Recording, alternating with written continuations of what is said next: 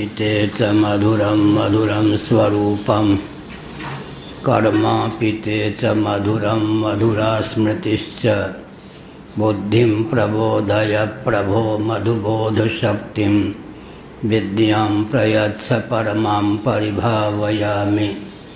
कोमलं कूजयन् वेणुं श्यामलोऽयं कुमारकः वेदवेद्यं परं ब्रह्म भासतां हृदये मम।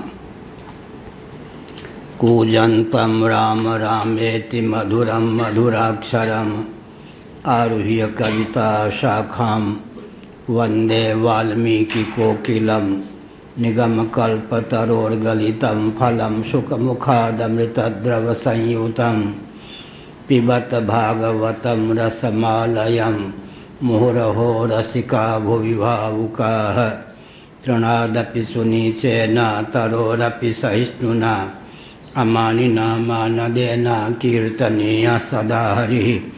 नारायणाखिलगुरो भगवन्नमस्ते शिवाय नमः शिवलिंगाय नमः। तन्मे मनः शिवसंकल्पमस्तु सर्वे भवन्तु सुखिनः। श्री राम जय जय राम।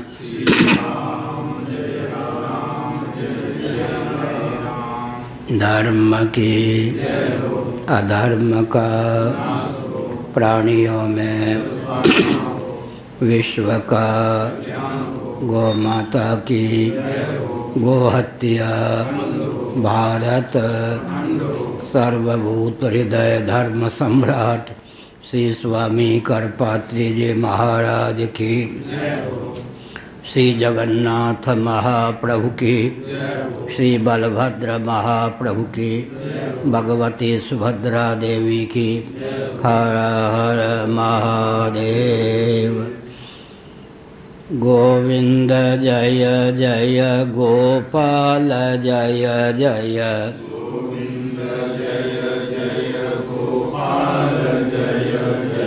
राधा रमण हरि गोविंद जय जय।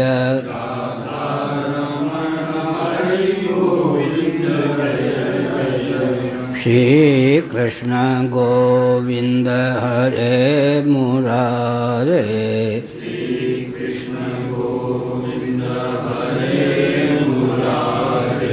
हे नाथ नारायण वासुदेव।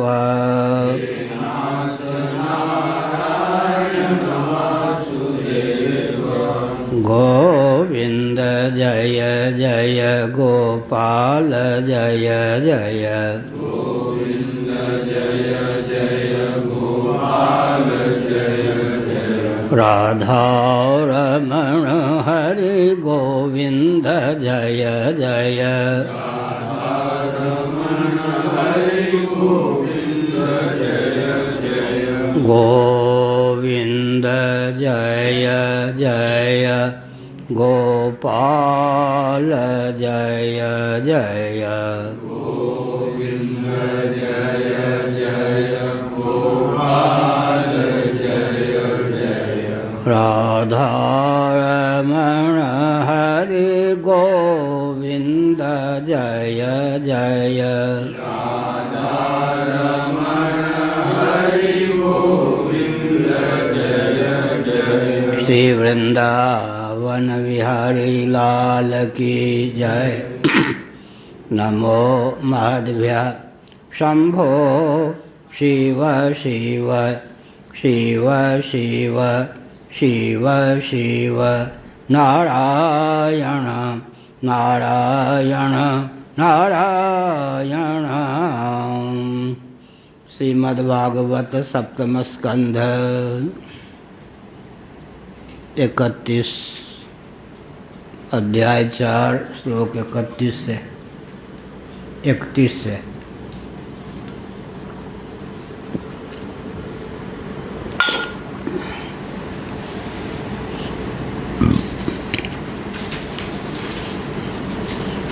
ब्रह्मण्यशील संपन्न सत्यसंधो जितेन्द्रिय आत्मवत् सर्वभूतानां एकः प्रियसुहृत्तमः दासवत्सं न तार्याङ्घ्रि पितृवद्दीनवत्सलः भ्रातृवत्सदृशे स्निग्धो गुरुस्वीश्वरभावनः विद्यार्थरूपजन्माढ्यो मानस्तम्भविवर्जितः नोद्विग्नचित्तो व्यसनेषु निःस्पृहः श्रुतेषु दिष्टेषु गुणेष्वस्तुधिक् दान्तेन्द्रियप्राणशरीरधि सदा प्रशान्तकामो रहितासुरोऽसुरः।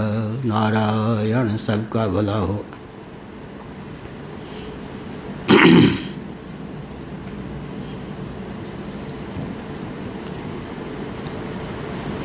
प्रहलाद,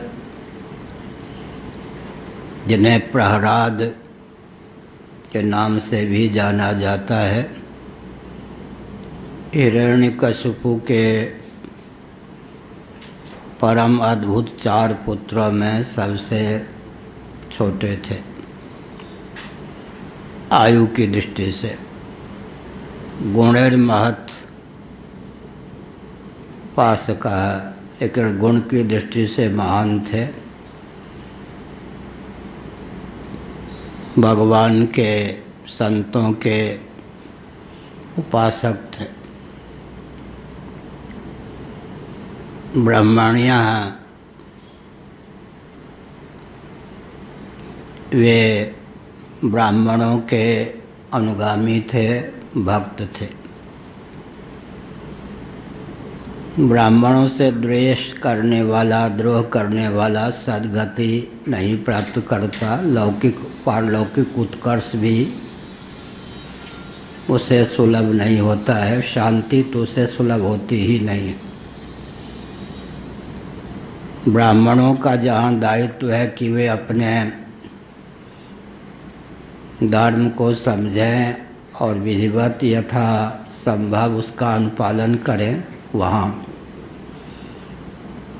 ब्राह्मण और ब्राह्मणेतर का दायित्व होता है कि ब्राह्मणों के प्रति आस्थान्वित हों। सनातन शास्त्र को मानने पर ब्राह्मणों का उत्कर्ष सिद्ध होता ही है। सनातन शास्त्र राग मूलक, द्वेष मूलक नहीं है। रागत द्वेष तो पुमनिष्ठ, पुरुषनिष्ठ होते हैं। सनातन वेद अपौरुषेय हैं। भगवान को यदि वेदों का उपदेष्टा ही नहीं करता भी माने वैशेषिक प्रस्थान के अनुसार, फिर भी भगवान में क्लेश, कर्म, विपाक, आशय की स्थिति सर्वथा मान्य है। वे सर्वज्ञ हैं, दीनवत्सल हैं। ऐसी स्थिति में ब्राह्मणों का उत्कर्ष स्वतः सिद्ध है। जन्म से वे त्रिभुवन के राजा माने गए हैं, उत्कृष्ट होते हैं। ब्राह्मणोच्चशील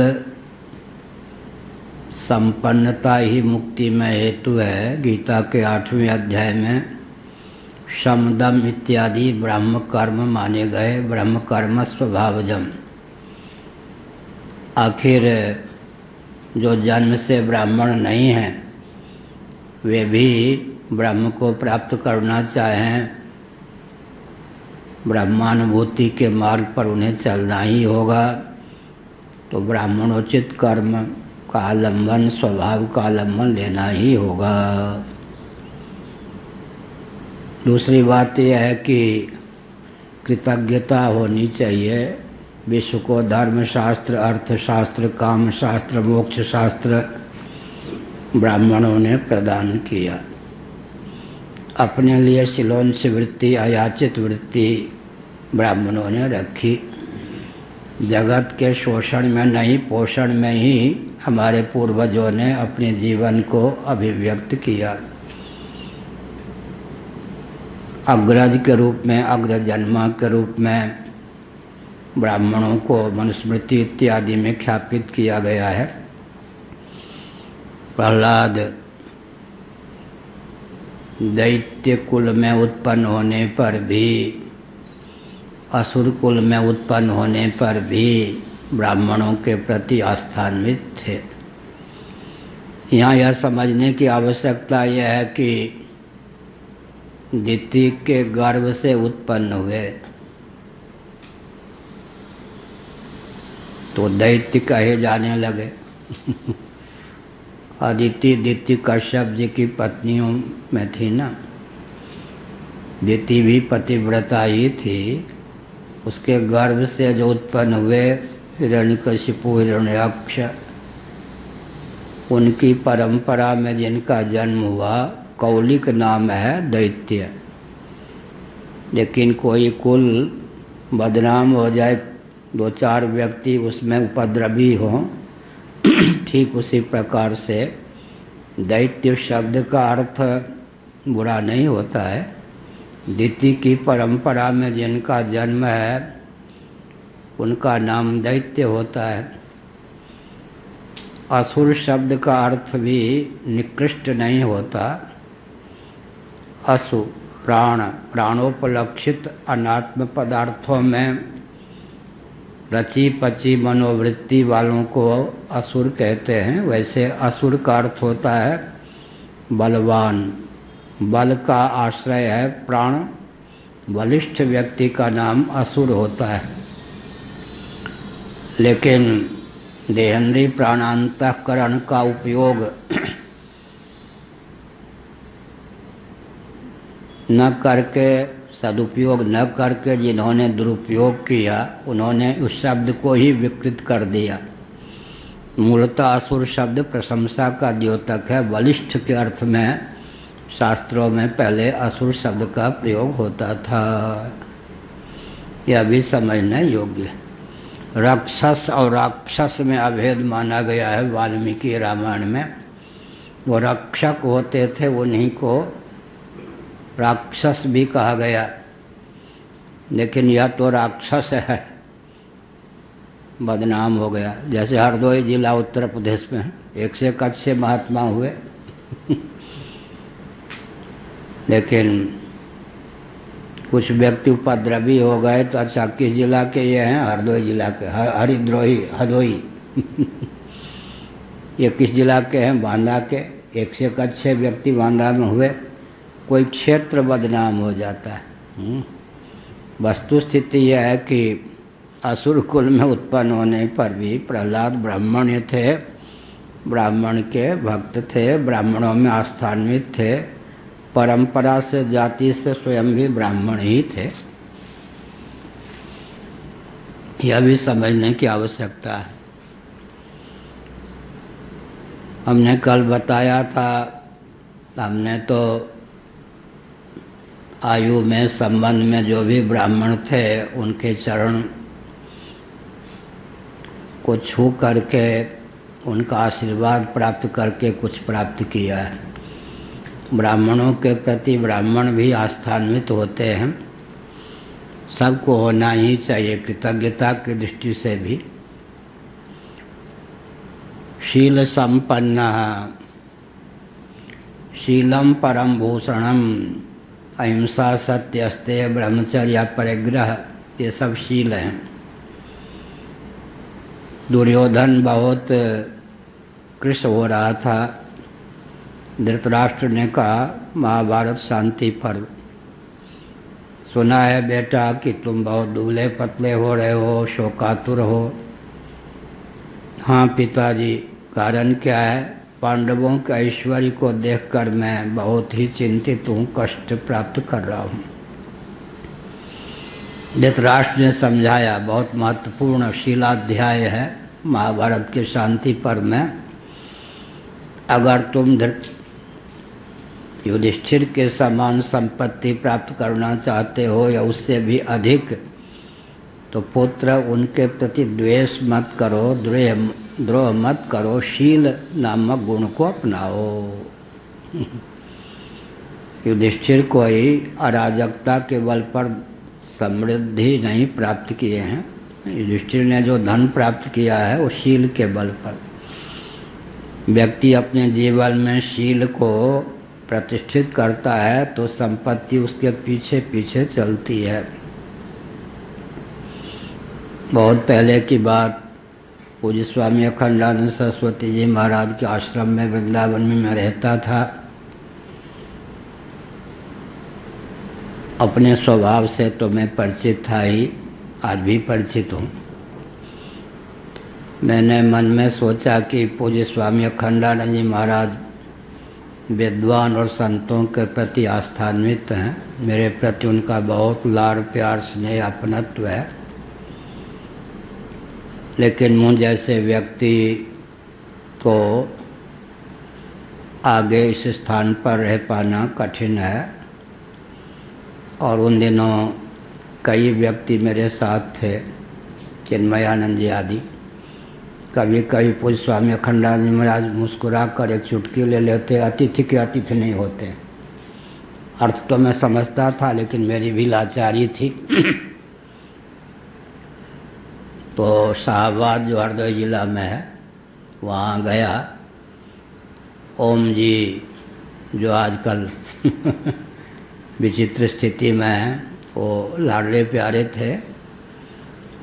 उनसे कहा कि कोई आश्रम की व्यवस्था तो करनी ही होगी, इतने व्यक्तियों के सहित मैं कहाँ दूसरे के आश्रम में रह सकूँगा, और हमारे पास 10 रुपये भी नहीं होते आश्रम बनाने की तो बात दूसरी बात यह है कि पूज्य गुरुदेव स्वामी करपात्री जी महाराज के अभियान को हम दूसरे के स्थान पर रहकर क्रियान्वित नहीं कर सकते, उचित भी नहीं है। और धर्म संघ में हम जैसे व्यक्तियों की गति भी नहीं है। पूज्य गुरुदेव ने एकांत में मुझसे कहा था, देखो किस उद्देश्य से मैंने धर्म संघ बनाया, धर्म संघ कहाँ गया।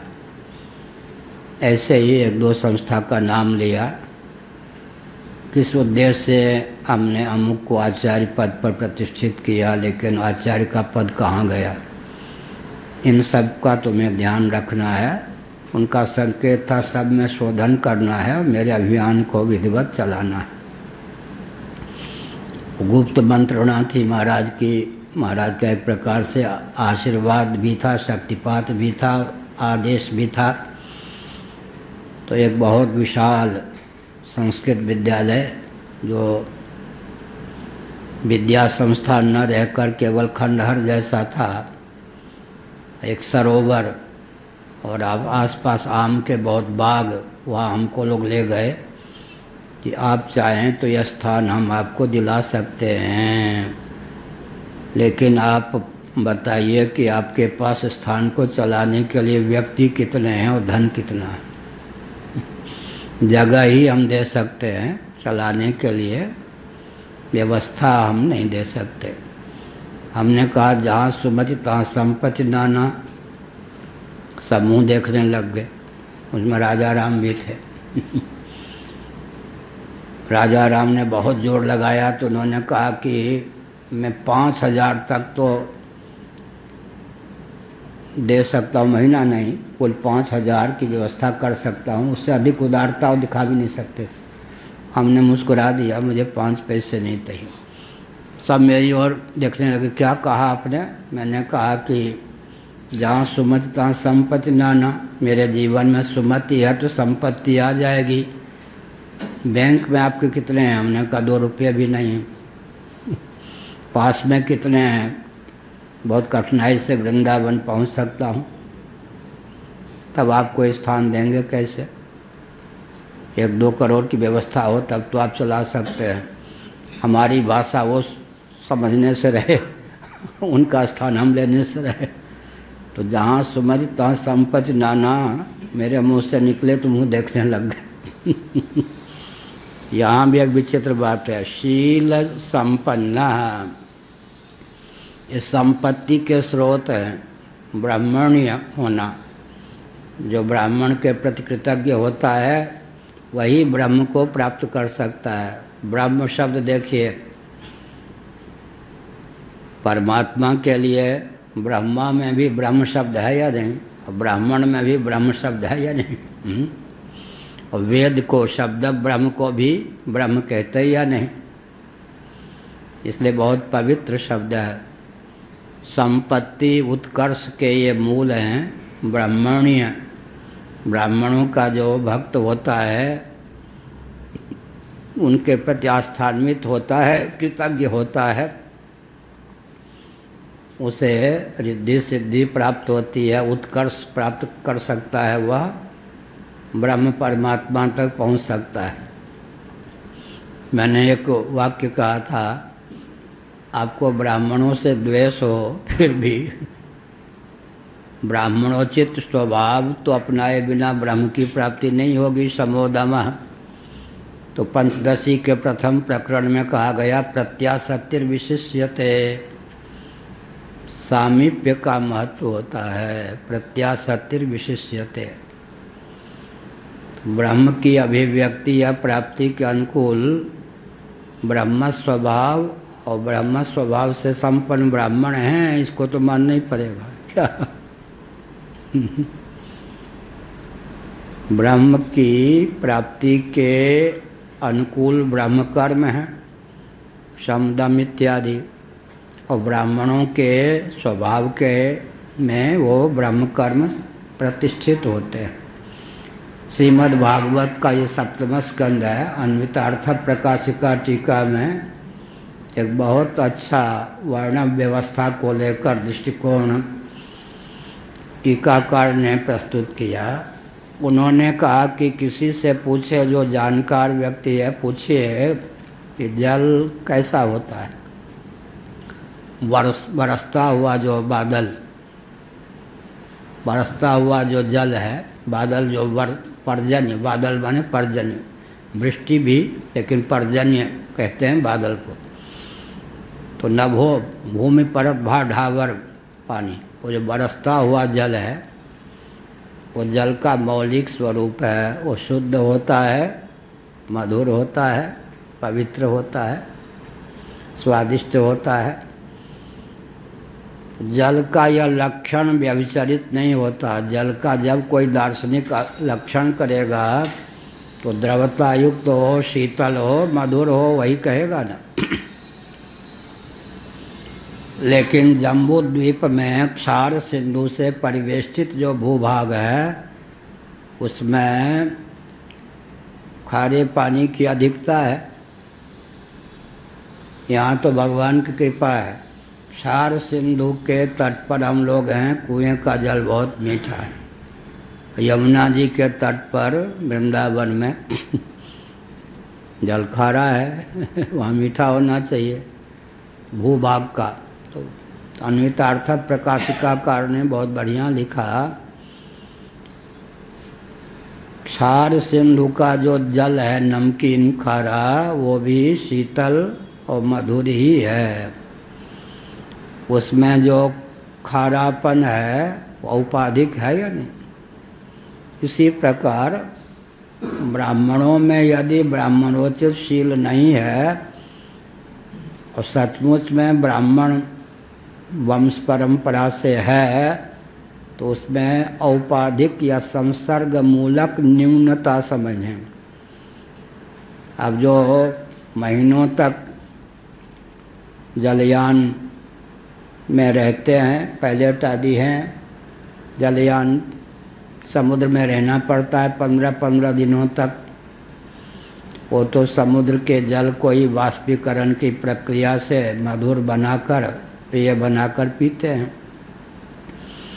तो उपाधि निमित्तक या संसर्ग निमित्तक जो दोष होता है वो मूल पर बढ़ा नहीं जाता। अपवाद स्थल अधिक होने पर भी जल का जो लक्षण है वो शीतल हो, माने स्निग्ध हो, मधुर हो, शुद्ध हो, वही जल है। यह बहुत बढ़िया अन्वितार्थ प्रकाशिकाकार ने भाव व्यक्त किया है। तो शील संपन्न थे कौन? प्रहलाद। उत्कर्ष का दूसरा, ब्राह्मणों के संपर्क में रहेंगे तो शील की प्राप्ति होगी। आजकल कठिनाई क्या है, जैसे कोई माँ हो, अपने बेटे को देखकर वात्सल्य रस से भावित होकर नन्हे मुन्ने को देखकर दूध पिलाने के लिए मन मचल उठे और बच्चा खेल को न छोड़े, ऐसे ही अब स्थिति है कि जिसकी ओर देखता हूँ, प्रायः अपवाद स्थल भी होते हैं, जिसकी ओर देखता हूँ वो लगता है कि वो मुझे 50 साल पढ़ाने के लिए तैयार है, तो मैं कुछ देना भी चाहूँ, बताना भी चाहूँ तो कुंठा हो जाती है, ऐसे क्या दूँ? या तो रुचि नहीं है या अहंकार बहुत है या पात्रता नहीं है, बुद्धि सूक्ष्म है तो पात्रता नहीं है, ज्ञान का दुरुपयोग करेगा। जिससे देखता हूँ लगता है कि वो अहंकार की मूर्ति है, मैं क्या दूंगा, वो मुझको 50 साल पढ़ाने के लिए तैयार है। तब फिर हम अपने बचपन का स्मरण करते थे। व्याकरणाचार्य, साहित्याचार्य, ज्योतिषी, ये सब गांव में भरपूर, महामहोपाध्याय भी उस गांव में थे ही पहले, मुकुंद झा उसी वंश का शरीर भी है, पिताजी भी राजगुरु राज पंडित थे दरभंगा नरेश के यहाँ। दरभंगा नरेश ब्राह्मण होते थे। जिस किसी विद्वान को देखता ब्राह्मणों को चरण छूता और पीछे पड़ जाता कुछ सीखने के लिए। अब स्थिति इतनी हो गई है कि कोई किसी को देना भी चाहे ज्ञान विज्ञान, वो लेने के लिए तैयार नहीं इसीलिए यहाँ कहा ब्राह्मण हुए बिना विद्या की प्राप्ति नहीं होगी, शील संपन्न नहीं होंगे तो समृद्धि नहीं होगी। दिव्य गुणों की प्रतिष्ठा शील में है, शील को अपना लें तो सकल दिव्य गुणगण अपने जीवन में आ जाते हैं। फिर उसके बाद क्या कहा सत्यसंध, सत्यसंधो जितेंद्रिय, सत्यसंध थे, सत्य प्रतिज्ञ थे। ये बहुत ऊंची बात। सत्यसंध तृणसम धरणी, तुलसीदास जी ने लिखा, सत्यसंध कर तृणसम धरणी पृथ्वी के भी त्याग करने की आवश्यकता हो। हरिश्चंद्र इत्यादि जो सत्यसंध थे उनके लिए तृणसम, बिल्कुल त्याग के लिए तैयार। जीवन में सत्यसंध होना चाहिए, सत्य के प्रति अभिसंधि होनी चाहिए, लगाव होना चाहिए, सत्य प्रतिज्ञ होना चाहिए। एक सदन सिंह तिवारी वकील थे, इटावा जिला आदि में ब्राह्मण के आगे भी सिंह लगता है, तो तिवारी भी लगाते थे सिंह भी, सदन सिंह तिवारी। तो किसी कारण से न चाहते हुए भी उनको निमिष पे रहना पड़ा पत्नी भी पतिव्रता तो थी, लेकिन वहाँ के महापुरुष के चपेट में आकर के उसने घर छोड़ दिया, आश्रम में रहने लग गए। चरित्र बहुत अच्छा महापुरुष का, उनका सबका। लेकिन घर फोड़ने वाले तो होते ही हैं बाबा लोग प्रायः। अब वो सदन सिंह तिवारी जी के कोई पुत्र इत्यादि नहीं, 30 वर्षों से अधिवक्ता का काम इटावा में करते थे। साथी लोग कहें तिवारी आखिर तुम्हारी पत्नी कितने दिन तीर्थ यात्रा के लिए गई है? आ रही होगी, आ रही होगी, अब 6 महीने हो गए, कितना झूठ बोले। तो घर द्वार छोड़ करके, वकालत छोड़ करके, रुपये भी ज़्यादा नहीं थे, कुछ ले करके न चाहते हुए भी नैमिषारण्य में रहना पड़ा, उसी कुटिया में जहाँ पत्नी रहती थी। अब वकील थे बेचारे, तो जीभ लड़खड़ाती रहती, जीभ लप लप लप लप बोलने के लिए। हाँ, और उसे बोलने को ना मिले तो पागल ही हो जाए क्या पागल हो जाए। चौमासा कर रहा था महाराज के पास, पूर्वाचार्य महाराज पद पर थे कलकत्ता में। एक वो राम बाबा, तुम्हारे कमरे में रहूँगा। हमने कहा आप टिक नहीं पाएंगे मेरे कमरे। नहीं रहूँगा। अब उनको नहीं मालूम कि मेरे पास रहना मौत से खेलना है। आपको आश्चर्य होगा कि चिन्मयानंद जी महाराज, हम एक कुटिया में, इतनी बड़ी कुटिया हमने अपने हाथ से बनाई थी, एक कुटिया में रहते थे। 7 महीने तक एक दूसरे से एक वाक्य नहीं बोले, कोई शत्रुता नहीं थी। हम उनकी व्यवस्था का ध्यान रखते थे, जो व्यवस्था जंगल में होनी चाहिए, बड़ा स्नेह उनके प्रति था। लेकिन 7 महीने में एक वाक्य नहीं बोले। अब आदमी का तो हृदय फट जाएगा, भग जाएगा अब हम अपनी दुनिया में हम रहते हैं, यहाँ क्या हुआ, वहाँ क्या हुआ, वो कौन करता क्या करता, ये सब ध्यान दें तो जिस दुनिया में रहते हैं, जिन ग्रंथों को लिखते हैं, प्रकट करते हैं, भगवत कृपा से विश्व के कल्याण की योजना बनाते हैं, वहाँ इधर उधर झांकने से कुछ होगा? तो वो 1 महीना नहीं 15 दिन में दम फूलने लगा। कुछ बातचीत हमने कहा ना, फिर उन्होंने कहा कि कुछ टेंशन दूर करने के लिए हंसी मजाक। हमने कहा कुछ नहीं होता है, टेंशन होता ही नहीं है। बड़े यहाँ मर जाएंगे। हमने कहा भागो दूसरे कमरे में जाओ। इसीलिए कहा, तो मैंने यह क्या कहा मैंने यह कहा कि सत्य संधा, सत्य संध थे, सत्य प्रतिज्ञ थे। तो वकील ने क्या कहा, सुनो तुम्हारे पास आ जाता हूँ, आयु में तो तुम बहुत छोटे हो हमसे, कुछ जिह्वा को विश्राम मिले तो तुम व्यस्त रहते हो, फिर भी आधा घंटा दे दिया करो, नहीं तो मैं कहाँ जाऊँ, मैं पागल हो जाऊँगा। बाबा ने तुम्हारा घर बर्बाद कर दिया, मैं पागल हो जाऊँगा, किसको सुनाऊँ? पहले रुपया लेके सुनाता था वकील, अब किसी को कुछ कहूँ तो नहीं हमारे पास समय नहीं है। हमने कहा कहिए। फिर वो क्या कहते थे, हरिश्चंद्र आदि सब के सब बेवकूफ़ थे। हमने कहा कैसे? एक से एक संकट से हम लोग चुटकी बजा के मुक्त हो जाते हैं। किसी को कोई वचन दे दिया, बाद में सोचा अरे वचन का पालन करने पर तो घाटा है, अरे यार तुमने सत्य समझा, मैंने तो हंसी मजाक में कह दिया। अब हरिश्चंद्र स्वप्न में वचन दिया, मरते जा रहे, बुद्धू थे या नहीं? ये पांडव हरिश्चंद्र ये सब बुद्धू थे? वकील तो ऐसे ही बोलेगा। हम हंसते रहते तो सुनते, अब क्या करें? तो इसका अर्थ नहीं, सत्य संध, सत्य प्रतिज्ञ थे, प्रतिज्ञा की तो की।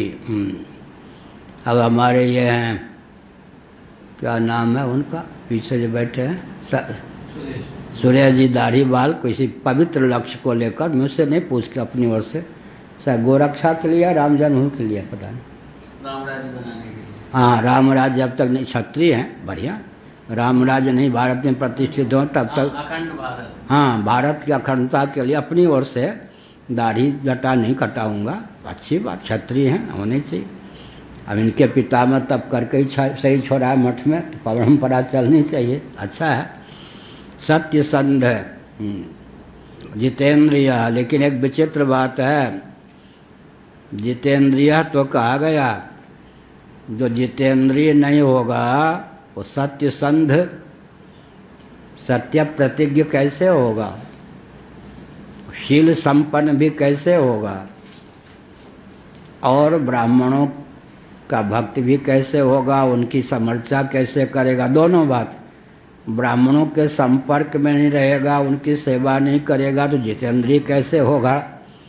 लेकिन गीता का 13वां अध्याय, अमानित्व अदम्भित्व अहिंसा शांति रार्जवम, आचार्योपासनम 5वें स्थान पर। आचार्य की उपासना के लिए भी प्रारंभिक पूंजी कितनी चाहिए? अमानित्वम अदम्भित्वम अहिंसा शांति रार्जवम। इतनी पूंजी चाहिए ना, कुछ तो पूंजी चाहिए, तो आचार्य के पास रहकर पूंजी में वृद्धि होगी। तो जितेंद्रिय होगा वही ब्राह्मणों का सेवन कर सकेगा, बड़ों के पास रहना और जितेंद्रिय के बस की बात नहीं है। पीएन मिश्र कभी कभी साथ में रहते थे, अब सब कहीं और। कहते थे आपके यहाँ सब कुछ ठीक है, दो बहुत कष्ट है, नींद नहीं और भोजन नहीं समय पे, और जिसको समय पे नींद नहीं हो, समय पर भोजन नहीं हो, तो मरेगा ही। हमने कहा मरने का ही मार्ग प्रशस्त किया गया। आपके यहाँ सब कुछ ठीक है, ज्ञान विज्ञान सब कुछ मिलता है, स्नेह मिलता है, लेकिन दो चीज़ की बड़ी कमी है। क्या? एक तो समय पे भोजन नहीं, एक नींद नहीं। अब मैं रात के 1 बजे भोजन प्रसाद पा पाता हूँ, तो ये निकेश जी हैं सर, वो सर क्या है, सुरेश जी हैं, अभी नाम नहीं याद पा रहा, सुरेश जी हैं, ये सब 1:30 बजे पाते हैं। दिन में भी मैं लगभग 1:30 बजे प्रसाद पा पाता हूँ, मेरे पास समय। इसीलिए कहा जितेंद्रिय जो नहीं होगा वो शील संपन्न भी क्या होगा? शील संपन्नता के लिए भी जितेंद्रियता की पूंजी चाहिए। जितेंद्र जी शायद सुन रहे हो प्रवचन, और सत्य प्रतिज्ञ, सत्य प्रतिज्ञ कौन होगा? सत्य संध कौन होगा? जो जितेंद्रिय होगा। शील संपन्न अन्य जितने गुण हैं सबके मूल में जितेंद्रियता है। इंद्रियों पर निग्रह नहीं है, इंद्रियों को बस में करने की क्षमता नहीं है, तो आगे क्या होगा? और सब इतने गुण हो गए। ब्राह्मण्य 1, शील संपन्न 2, सत्य संधा 3, जितेंद्रिय 4। उसके बाद आत्मवत् सर्वभूतानां एकः प्रियसुहृत्तमः, समस्त प्राणियों के साथ आत्मवत् समत्व का व्यवहार बर्ताव करते थे। सबके एकमात्र प्रिय और सच्चे हितैषी थे। प्रिय सुहृत्तमः सुपरलेटिव डिग्री है। सुहृत्तर सुहृत्तम, सुहृत सुहृत्तर सुहृत्तम, प्रिय सुहृत्तमः, सबके सुहृत हो जाएं। अद्वेष्टा सर्वभूतानां मैत्रः, सर्वभूतानां यहाँ भी लगाना चाहिए, सर्वभूतानां मैत्रः सुहृत्तमः। गीता के 5वें अध्याय में सुहृत शब्द का प्रयोग भगवान ने किया। सुहृत, सुहृद और मित्र में क्या अंतर है? प्रत्युपकार की भावना के बिना ही जो हित करता हो वो सुहृत। बदले में यह कभी कुछ देगा, काम आएगा, इसका चिंतन किए बिना ही जो व्यक्ति के हित में तत्पर हो उसका नाम सुहृत है। कुछ उपकार के बदले उपकार भी करेगा, ऐसा अनुसंधान हो जाए तो मित्र है। लेकिन सुहृत तब होता है जब व्यक्ति का हित करना उसका स्वभाव है, उस स्वभाव से ही सबका हितैषी, हितज्ञ, हित करने में तत्पर होता है सुहृत।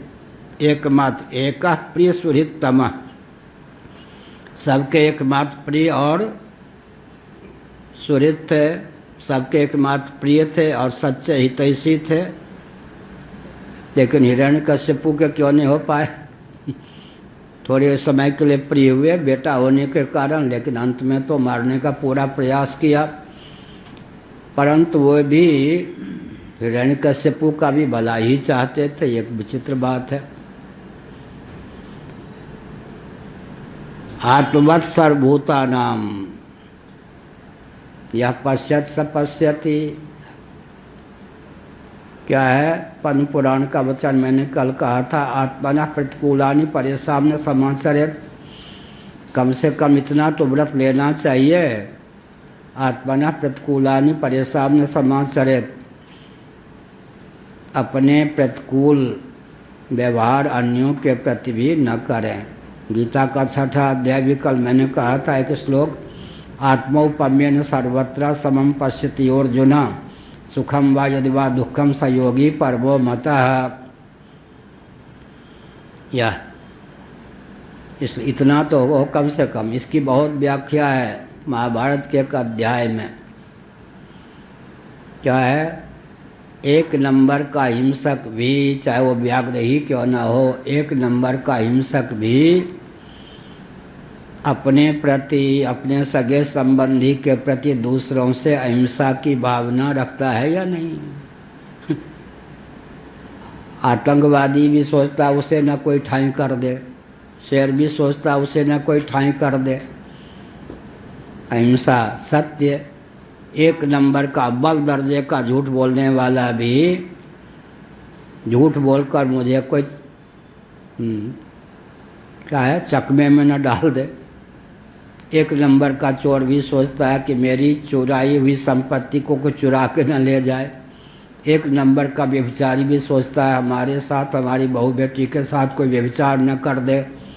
एक नंबर का दूसरों को लूट करके धनाढ़ हुआ व्यक्ति सोचता है कि हमारे लूटे हुए धन को लूट कर कोई धनाढ़ न हो जाए। हो गया या नहीं? लेकिन एक विचित्र बात है, महाभारत में लिखा, अहिंसा सत्य अस्ते ब्रह्मचर्य परिग्रह। कल मैंने कहा वर्णाश्रम की सीमा में अगर आप इसके पक्षधर हैं, दूसरों के प्रति इनका उपयोग करते हैं, तभी आपको दूसरों से ऐसा प्राप्त होगा। ये भी विचित्र बात। बहुत बढ़िया उपनिषदों में लिखा है, कोई आया गृहस्थ के दरवाजे पर, हम लोगों का अनुभव है, बद्री वन से ऊपर वसुधारा से लेकर श्रृंगेरी तक पैदल चल चुका हूँ, 3/4 भारत। दरवाजे पर जाता भूखा प्यासा, डंडा लेकर लोग मारने आते, जलाने आते, ढेले फेंकते। एक भिक्षावृत्ति से रहने वाले व्यक्ति को क्या क्या विपत्ति प्राप्त होती है, विशेषकर दक्षिण भारत में, हरे राम, वो सब झेल चुका हूँ। तो हमने क्या संकेत किया, उपनिषदों में लिखा है, आपके दरवाजे पर कोई आया।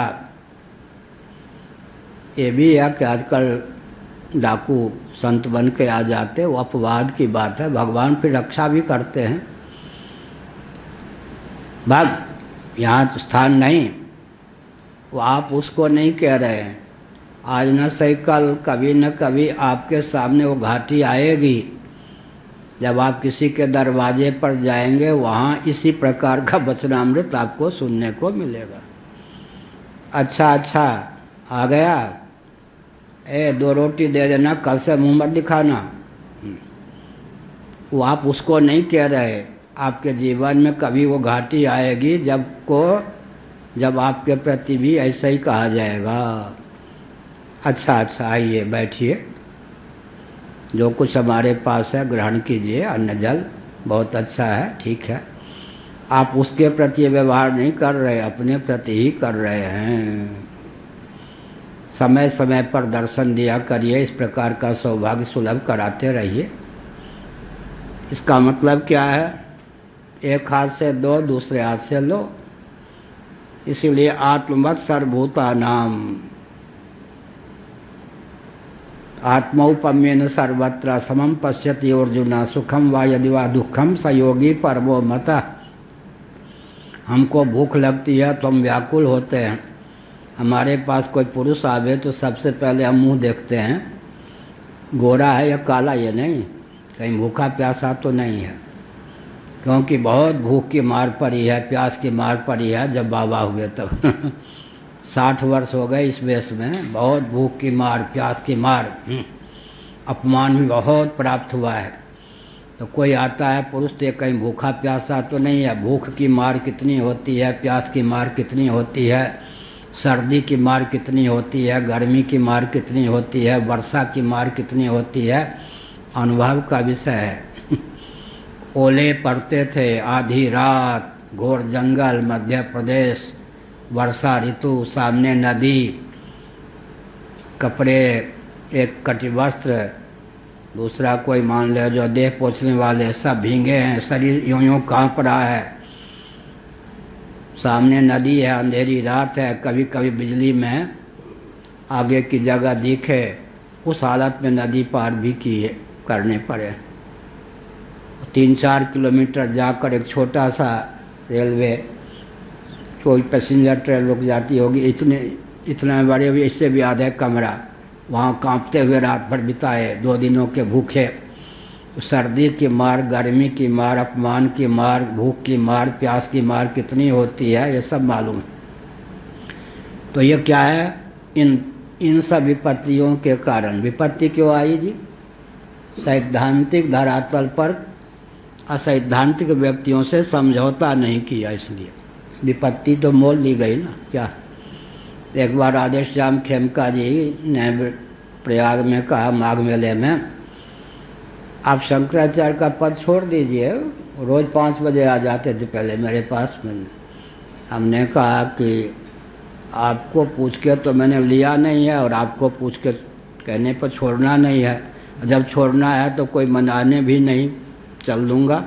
लेकिन आप जो बार बार कह रहे हैं तो उसका कारण क्या है? वो प्रेरित थे किन्हीं से, तो उन्होंने दलील क्या दी कि आपका स्वभाव ऐसा है कि संघर्ष होते रहेगा। हमने कहा सुनिए, मैं जब घोर जंगल में था तो वहाँ कौन शंकराचार्य पद मेरे पास था, बचपन में गांव में था तो वहाँ कौन सा, मेरा स्वभाव लेकर ही तो मैं कहीं जाऊँगा ना।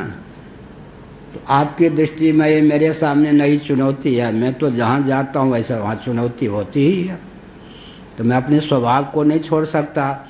जहाँ छुछुंदर है या चमेली है मान लो, सुंदर है तो जहाँ जाए वहाँ दुर्गंध फैलावे, चमेली है तो जहाँ जाए वहाँ सुगंध फैलावे। तो आप जो कह रहे हैं इसमें कोई दम नहीं है क्या? आप मुझ पर अगर आपको तरस आती है कितना कष्ट इनको मिल रहा है, तो आपके सामने पूरा मेरा जीवन नहीं है, मेरे सामने पलने से लेकर अब तक का जीवन है। मैं जहाँ जाता हूँ वहाँ इस प्रकार उपद्रवी नहीं हूँ, लेकिन वहाँ उस प्रकार का उपद्रव होता है क्या? मैं जहाँ जाऊँगा वहाँ क्या होगा? अपने सिद्धांत और स्वभाव को तो लेकर ही जाऊँगा। घोर जंगल में भी इस प्रकार का बानक बन जाएगा। चिंता मत कीजिए, आपके जो युक्ति है वो युक्ति ठीक नहीं है, फिर चुपचाप चले गए। आते हैं, स्नेह रखते हैं, प्रेम रखते हैं, तो हमने एक संकेत के अपनत्व भी रखते हैं, गुरु भाई भी हैं। तो हमने क्या कहा? आत्मवत् सर्वभूता नाम। एक ही गुण व्यक्ति अपना ले, मुझे भूख लगती है, प्यास लगती है, सर्दी लगती है, गर्मी लगती है, अपमानित कोई करता है तो फिर कष्ट होता है, तो दूसरों के प्रति हम वैसा व्यवहार न करें। आत्मनः प्रतिकूलानि परेशान समाचरेत्। आत्मवत् सर्वभूतानाम। दूसरी बात है, ये सब क्या है मालूम है? आत्मबम है। हमको कोई अपना शत्रु मानता है और हम उसको अपना आत्मस्वरूप मानते हैं।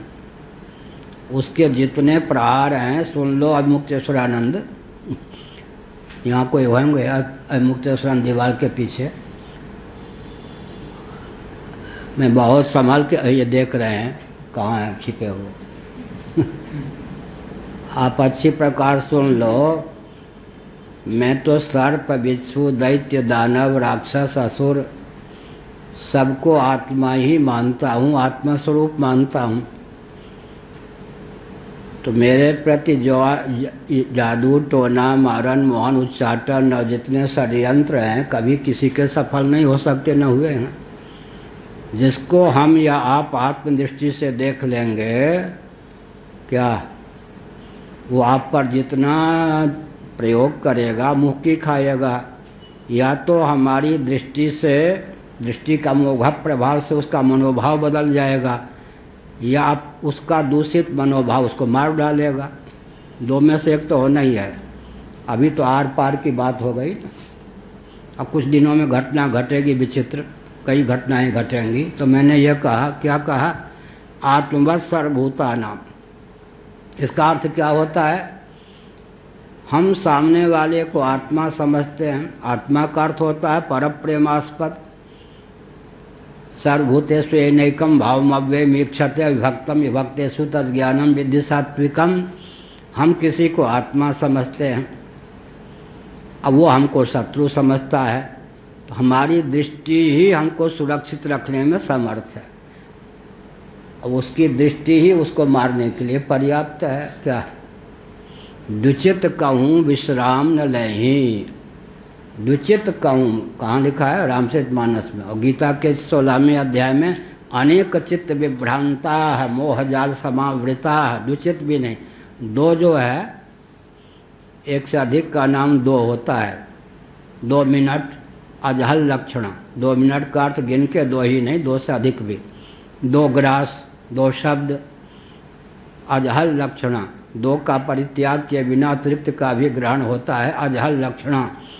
अनेक चित्त विभ्रांता मोह जाल समावृता। जो सबको आत्मवत, आत्मस्वरूप देखता है, उस पर किसी के जादू टोना आदि नहीं चलते। फिर जो भगवान का भक्त है, कल भी मैंने कहा था, मायापति सेवक सन माया करे तो उलट पड़े खगराया। भगवान के सेवक के साथ जो माया करता है, कपट करता है, और माया उसी को जाके दबोच देती है। इसलिए जहाँ अनुगामी बनना चाहिए, जहाँ पर अनुगामी बनना चाहिए या जहाँ के साथ सद्भाव का व्यवहार होना चाहिए, वहाँ अन्यथा व्यवहार अपने को ही मार डालता है, सामने वाले का कुछ बिगड़ता नहीं। ये जो श्लोक है ये आत्मबम, आगे आवेगा प्रयोग, अभी तो सिद्धांत है ना। प्रहलाद जी की दृष्टि, गति, मति, स्थिति का वर्णन है। आगे इसी के बल पर, इस दृष्टि के बल पर ही हिरण्यकश्यपु के पार्थिव, वारुण, तेजस, वायव्य सभी अस्त्र शस्त्र विफल हो गए या नहीं? तो ये आत्मबम, आत्मबम ब्रह्मण्य शील संपन्न सत्य संधो जितेन्द्रिय आत्मवत् सर्वभूतानाम एक प्रिय सुहृततमः। सबका हित, सबका हित, सबका हितैषी हो, सबका हितज्ञ हो, सबके हित करने में तत्पर हो और भगवत कृपा से समर्थ भी हो, वो तो चलता फिरता आत्मबम हो गया, उसका कौन क्या बिगाड़ सकेगा। ते नर तुम्हें समान रघुराया, ये सब। भगवान भी ब्राह्मणी हैं या नहीं? कल बताया था विष्णु भगवान स्वयं में क्षत्रियत्व का आरोप करके वो भी ब्राह्मणी होते, ब्राह्मण्य देव भगवान का नाम है। और शील संपन्न है, आगे आएगा इसी स्कंध में आएगा, मैंने पाठ की दृष्टि से। भगवान कहीं विलम्ब से आते हैं क्या? ट्रेन विलम्ब से आ सकती है, वायुयान विलम्ब से आ सकता है, कोई व्यक्ति विलम्ब से आ सकता है। भगवान को जब जो करना चाहिए उसमें एक क्षण भी आगे पीछे करते हैं। लेकिन प्रहलाद के सामने आए भगवान तो क्या कहा मालूम है? भैया तुम्हारी दृष्टि में अगर मुझे विलम्ब हो गया हो आने में तो क्षमा करना। देखो भागवत में सप्तम स्कंध में क्षमा करना। आजकल तो एक बवंडर हिमालय जैसा अपराध करके व्यक्ति के मुँह से नहीं निकलता क्षमा करो। यहाँ भगवान भक्त से क्षमा मांगते हैं। मतलब बाल गोपाल थे प्रहलाद, इतनी यातना दी गई, इतनी यातना दी गई, मन में सोच सकते थे कचूमर निकाल दिया तब आए, समय पर आए नहीं।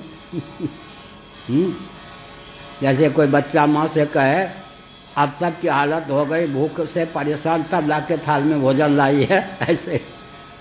तो भगवान ने सोचा कि बच्चा है आखिर मेरा भक्त है, मन में कहीं यह न सोचा हो कि कचूमर निकाल दिए।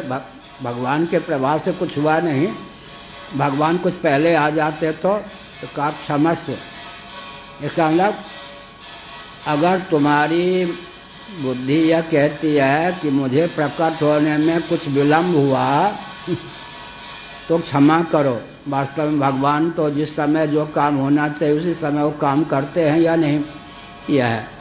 इसलिए एक प्रिय सुहृततमः, एकमात्र सबके प्रिय और सुहृत थे। सुहृत माने हितैषी थे, सबके थे। मतलब अब यहाँ गड़बड़ा गया। हिरण्यकश्यपु के भी हितैषी तो थे ही, लेकिन प्रश्न उठता है प्रिय कहाँ थे? प्रिय कौन थे? तो वो प्रहलाद में त्रुटि थी या वहाँ प्रतिबंधकता थी? तुलसीदास जी ने बहुत बढ़िया कहा, विषय नियमित है उसे कट नहीं लगता है। बहुत बढ़िया है। पित्त जिह्वा पर, वाचस्पति जी ने लिखा जिह्वा पर पित्त रोग, पित्त की अधिकता हो जाए तो क्या होगा? मिश्री कड़वी लगती है। तो कड़वे पत्ता, अच्छा नीम जो है वो मीठे लगते हैं, मिश्री कड़वी लगती है। तो वो मिश्री का दोष है या जिह्वा में पित्त। एक बहुत विचित्र बात है। पित्त रोग से आक्रांत, पित्त की अधिकता से आक्रांत किसी की जिह्वा हो तो मिश्री दें तो थू करने का मन करता है। लेकिन मिश्री मीठी भी होती है, शीतल भी होती है। भले थू करने का मन हो फिर भी धैर्यपूर्वक, मीठी होने के साथ साथ मिश्री शीतल भी होती है, इस में आस्था रख के चूसता रहे तो धीरे धीरे मिश्री की शीतलता क्या करती है? पित्त रोग को दूर कर देती है। पित्त की अधिकता को दूर कर देने पर जिह्वा में वह क्षमता आती है कि मिश्री में निसर्ग सिद्ध जो स्वाद है, मीठापन है, उसकी स्फूर्ति हो जाती है। ऐसे ही पहले सत्संग आदि बैठने में ऐसे लगे, कहाँ लाके बैठा दिया, अरे राम रे राम, न हंसी है न मजाक है, ये घटपट चटपट जीव ब्रह्म ये सब चर्चा है। लेकिन फिर क्या है, धैर्यपूर्वक मन न लगे फिर भी बैठना चाहिए, फिर चस्का लग जाते। मुझे बचपन में याद है 5 साल, उस समय तो 5 साल से पहले विद्यालय में कोई जाता भी नहीं था। चाची भी विधवा थी, बहन भी विधवा थी, और मैं, माताजी पिताजी चल बसे थे जहाँ तक मुझे ध्यान है, और खेल रहा था नंग धरंग। 5 साल का हो गया था, विद्यालय का मुँह नहीं देखा था। हमसे जो बड़े भाई थे वो संभवतः दिल्ली में रहते थे या काशी में उन दिनों, वो आए। चाची जी से पूछा, बहन जी से पूछा कि पढ़ता है या नहीं, अभी तो विद्यालय का मुँह भी नहीं देखा है, खेलता रहता है। एक पड़ोसी कमलाकांत थे, कमलाकांत झा, उन्होंने पकड़ाए, विद्यालय ले चलता हूँ। मैंने कहा ना, खेलना है, इतने याद है। एक नहीं यहाँ पकड़ लिया, एक यहाँ पकड़ लिया, और पकड़ के ले जा रहे थे। तो घर से विद्यालय कितने दूर होंगे, वही वाल्मीकि जी का जो मंदिर है, शिवालय, उसके पीछे कम से कम 7 फरलांग तो होंगे। अब वो चिल्ला रहा था जैसे बलि का बकरा बनाने को ले जा रहा हो, और सब देखें, समझ से सयाने लोग, हम नहीं जाएंगे, हमने खेलना है, हमको, हम नहीं पढ़ना लिखना है। और एकदम पकड़ के ले गए, विद्यालय में नाम लिखा दिया। दैवयोग से उस समय अध्यापक होते, एक ही अध्यापक होते थे जो हमारे बड़े भाई को भी पढ़ाए थे, हमसे बड़े के बड़े भाई को भी। अच्छा, उसका भाई है, छोटा है, बड़े लाड प्यार से। लेकिन वही वो छवि मुझे याद है, छटपटा रहा था, ज़बरदस्ती हमको बलि का बकरा बना के विद्यालय ले जाया गया। 15 दिन में ही लिखने पढ़ने का वो व्यसन चढ़ा कि रात के मैं 12 बजे तक पढ़ता था, सुबह 5 बजे से। अभी भी इस हालत में भी मैं समझता हूँ 6 बजे से, अभी तो पढ़ाना नहीं चल रहा है, 11:30 बजे तक, कम से कम 11 बजे तक पढ़ता हूँ, लिखता हूँ। फिर 4 बजे से यहाँ आने के पहले तक पढ़ता हूँ। अब यहाँ से जाऊँगा 5-7 मिनट में, तो रात के 11 बजे तक पढ़ूँगा। इसका अर्थ क्या है? इसका अर्थ यह है कि चस्का लग जाना। आरंभ में अग्रे विस्मय परिणामे मृतोपमम। इसका अर्थ है कि सेवत विषय विवर्ध जिम नित नित नूतन मार, अभ्यासाद रमते यत्र दुखांतम च निगच्छति। गीता का 18वां अध्याय।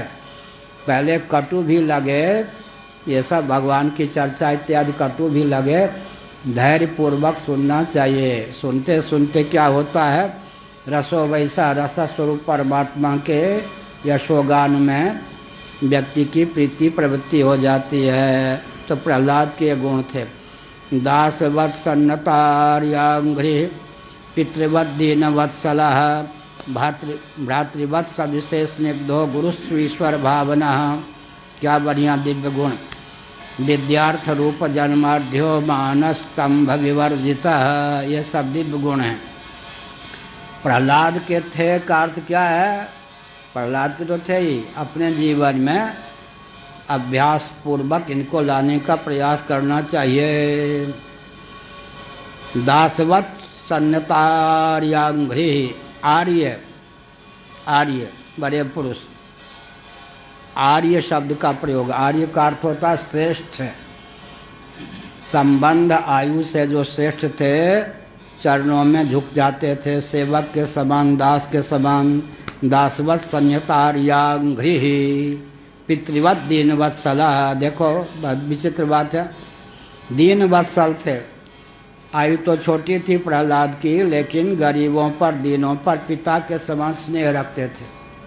भले ही कोई दीन आयु में अधिक हो, लेकिन ये पिता के समान पर स्नेह रखते थे। कही अति दीन प्यारो, भगवान को दीन प्यारा, भगवान के भक्त को दीन प्यारे। और जो भ्रातृवत् सदृशे स्निग्धा, योग दर्शन में भी इस प्रकार आया, भागवत के 11 स्कंद में भी। समय हो रहा है। 4 का जो अक्लिष्ट उपयोग कर लेता है, भव सिंधु से तरने में शीघ्र समर्थ होता है। प्रेम, मैत्री, कृपा और उपेक्षा। प्रेम मैत्री कृपा उपेक्षा, योग दर्शन श्रीमद् भागवत का 11वां स्कंद। और यहाँ भी प्रेम मैत्री कृपा उपेक्षा, प्रेम का उपयोग ठीक से करें अक्लिष्ट, मैत्री का कृपा का उपेक्षा का। ईश्वरे तदधीनेषु बालिशेषु द्विषत्सु च प्रेम मैत्री कृपोपेक्षा यह करोति से मध्यमः। मध्यम कोटि का भक्त उत्तम कोटि का भविष्य में हो सकता है। ईश्वर के प्रति, ईश्वर में, भगवान में प्रेम, तदधीनेषु भगवत भक्तों के प्रति मैत्री, जो भगवान से मिलना चाहते हैं, साधन की दृष्टि से किंचित हमसे न्यून हैं, उनके प्रति कृपा, और दुष्टों के प्रति उपेक्षा। चारों का क्लिष्ट उपयोग करना चाहिए। दुष्टों से भिड़ने का प्रयास न करें, उनकी उपेक्षा कर दें। जो परमार्थ पथ पर चलना चाहते हैं, हमसे कुछ साधन आदि में न्यून हैं, उनके ऊपर कृपा करके उनको भी मार्ग दिखाना चाहिए। भगवान के भक्तों के प्रति प्रेम, मैत्री का भाव रहना चाहिए। भगवान के प्रति प्रेम। ईश्वरे तदधीनेषु बालिशेषु द्विषत्सु च प्रेम मैत्री कृपोपेक्षा यह करोत से मध्यमा, मध्यम कोटि के भक्त। योग दर्शन में चारों का जो ठीक उपयोग करता है वो सिद्ध भक्त हो जाता है। ईश्वर के प्रति प्रेम, भगवत भक्तों के प्रति मैत्री, साधन पथ पर चलने वाले, लेकिन हमारी अपेक्षा अभी सूझबूझ कम हो, साधन कम हो, उन पर कृपा, और दुष्टों से भिड़ने की अपेक्षा उनकी उपेक्षा। प्रेम मैत्री कृपा उपेक्षा, इन चारों का। तो दासवत सन्नितार्याघ्रि, जो बड़े थे, आर्य थे, शीलोचित, आयु में भी, संबंध में भी, और शील संपन्न थे। आर्योचित गुणगणों से समलंकृत थे। उनके प्रति दासवत, सेवकवत उनके सामने रहते थे, झुक कर रहते थे। और दीन वत्सलः पितृवत, जो दीन थे, साधनहीन थे, किसी भी तरह से दीनता थी, उनके मानो पिता के समान पोषण करते थे, भले ही आयु में छोटे थे। और जो समानशील वाले भ्रातृवत सदृशये स्निग्धः, समानशील वाले थे, मित्र हो सकते थे, मैत्री जिनसे हो सकती थी, उनके प्रति क्या करते थे? भाई के समान, भ्राता के समान प्रेम करते थे। गुरुसु ईश्वर भावना, गुरुओं में क्या करते थे? ईश्वर बुद्धि, ईश्वर आचार्यम माम विजानीयात, भगवान में भगवत बुद्धि। भगवत भक्तों में तो क्या, गुरुओं में भगवत बुद्धि, भगवत भक्त बुद्धि से भगवान की आराधना। और अंत में विद्यार्थ रूप जन्माढ्यो मानस्तंभ विवर्जितः, विद्या धन सौंदर्य कुलीनता से संपन्न होने पर भी मानस्तंभ विवर्जितः। भागवत 11वां स्कंद। विद्या संपन्न थे, लेकिन विद्या का अभिमान नहीं था। धन तो क्या कहना, हिरण्यकश्यप के पुत्र ही थे। ब्रह्मा जी से वरदान प्राप्त हिरण्यकश्यप। धन भी था। प्रहलाद जी देखने में भी सुंदर थे, बहुत बढ़िया। कुलीनता इसलिए थी कि कश्यप जी की परंपरा में ही उत्पन्न हुए थे। परंतु क्या था? मानस स्तंभ विवर्जिता है, अहंकार नहीं, स्तंभ। मानस स्तंभ, मान और स्तंभ माने हेकरी नहीं दिखाते थे, घमंड से चकनाचूर नहीं रहते थे। अमानिना मान देना, कीर्तनीय सदा हरि ही। इस प्रकार प्रहलाद के दिव्याति दिव्य गुण थे। इस प्रकार के गुणों को जीवन में धारण करना चाहिए। विद्वान भी हो कोई वही व्यक्ति, धनवान भी हो कोई व्यक्ति, सौंदर्य संपन्न भी हो, कुलीनता भी हो, फिर भी अहंकार ना हो, गर्व ना हो, दूसरे को तिरस्कृत करने की भावना ना हो, बहुत ऊंची बात है। श्री राम जय राम जय जय राम। धर्म के अधर्म का प्राणियों में विश्व का गौ माता की गोहत्या भारत हर हर